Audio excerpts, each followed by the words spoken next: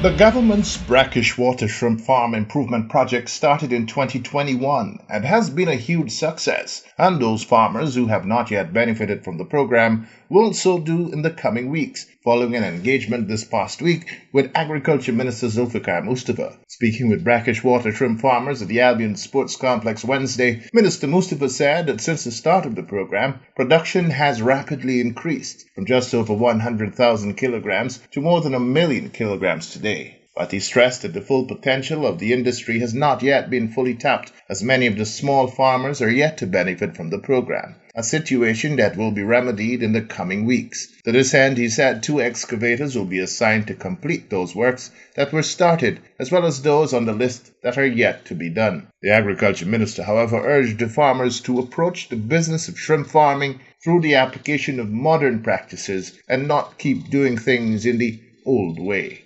But you all can't try to do things in a way where you only want things to yourself done. If we have developed this, we have to develop it as an industry. And we have to advance this thing. That is a plan that we've got. A vision, you only got a vision to move, reprocess in the agriculture sector. We want to develop aquaculture, make aquaculture an industry. That is why we develop prawns, we develop brackish water shrimp, inland fishing. We started with cage now. In a number of communities across the country, we are putting cages. We do tambaqui from Brazil, it's a Brazilian species. We do tilapia.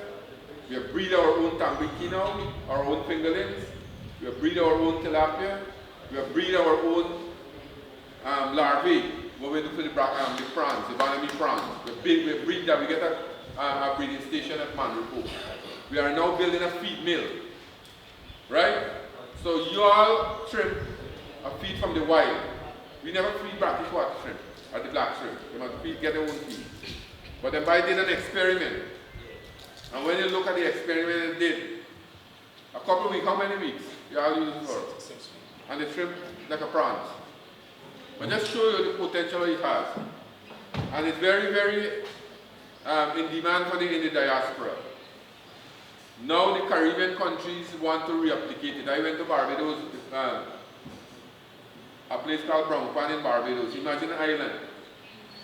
They don't want to do this brackish because Prime Minister Motley came to Canada and saw the thing.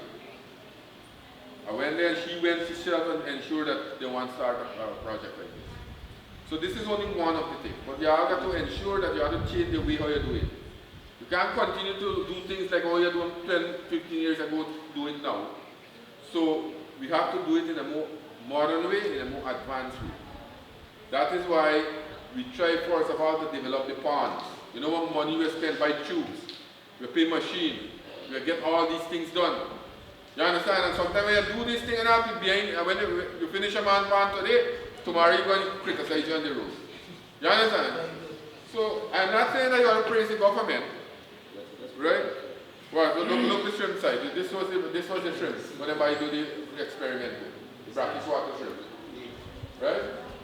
So the point what I'm trying to say, we got to work together. This is an emerging industry now. Before time you do subsistence, people and the family and you know just go and do it. Now people start to employ people with them. So you get the benefit that come up. The money remain in the villages. Because when you make the money, you're not sending all the money overseas, you remain right in the community. That's good for us as a government. So we want this industry to move forward. Farmers at the meeting had raised issues of concern to them with Minister Mustafa, among which was stalled pond enhancement work, which has resulted in the ponds being out of production, limiting the production efforts of those farmers. In other cases, farmers who had been on the first list of beneficiaries have still not had work done on their farms. In response to the concerns raised, Minister Mustafa immediately ordered 2 additional excavators to be assigned specifically to dealing with the backlog of work on completing the pond enhancement program across the region. Issues with acquiring leases for the lands used for shrimp farming was also raised, with Minister Mustafa promising to consult with lands and surveys to have the matters resolved. To advance the remainder of work to be executed, Minister Mustafa had shrimp farmers present formed themselves into a steering committee to ensure that the works were carried out in keeping with the plan set out. The Agriculture Minister also disclosed that because of the success of the brackish water shrimp farming under Corentyne, several regions are now looking to replicate the project in their communities. While we do it here and we advance the process here, people in other regions want it. Region 5 people want it, SQ want it. Me and the President went to SQ last Saturday. Then they went with us. Asked people asked us, they want to hear about when we do Corentyne brackish water shrimp, they want it in SQ. You understand? So the thing now, the thing we've been catching on, and the people get the kind of land. They get the kind of land, only the thing start in Corentyne here, but if you go in other area, region 5, they get the land.